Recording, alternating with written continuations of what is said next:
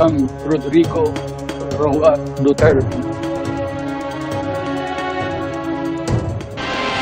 Iginiit ng ICC na may pahintulot ng detainee o ni dating Pangulong Rodrigo Duterte ang mga pagbisita sa kanya.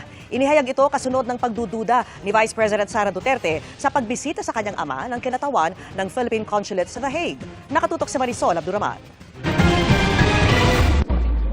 Naalarma si Vice President Sara Duterte dahil ilang beses na bumagsak sa kanyang kwarto ang kanyang ama sa detention center pero hindi raw ito ipinaalam sa pamilya ng International Criminal Court. Ang bagay na ito kinumpirma daw mismo sa kanya ni dating Pangulong Rodrigo Duterte. Tulad nung dinala siya sa ospital dahil nakita siya na walang malay sa sahig ng kanyang kwarto, nakuha namin yon sa hospital personnel.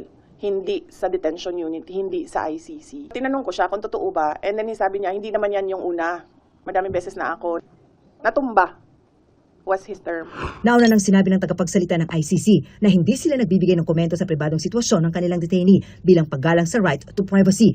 May hinala rin ang bise sa ginawang pagbisita sa kanyang ama ng mga kinatawan ng Philippine Consulate sa The Hague. Although nagsabi naman sila doon that we leave it to the medical experts sa assessment ng overall health niya, pero meron silang mga insinuations doon na para bang silang nag-a-assess ng kanyang kalusugan. Nauna nang sinabi ng DFA na professional, non-intrusive at respectful daw ang naging pagdalaw sa dating Pangulo ng career consular officials ng embahada sa Netherlands. Sabi pa ng ICC, ang mga pagbisitang ito ay ginagawa ng may pahintulot ng detainee. Biyernes daw nung nakarang linggo nang huling makausap ng bisi ang ama na si dating Pangulong Rodrigo Duterte. At sa pagkakaalam daw niya, nasa detention facility pa ito ng ICC.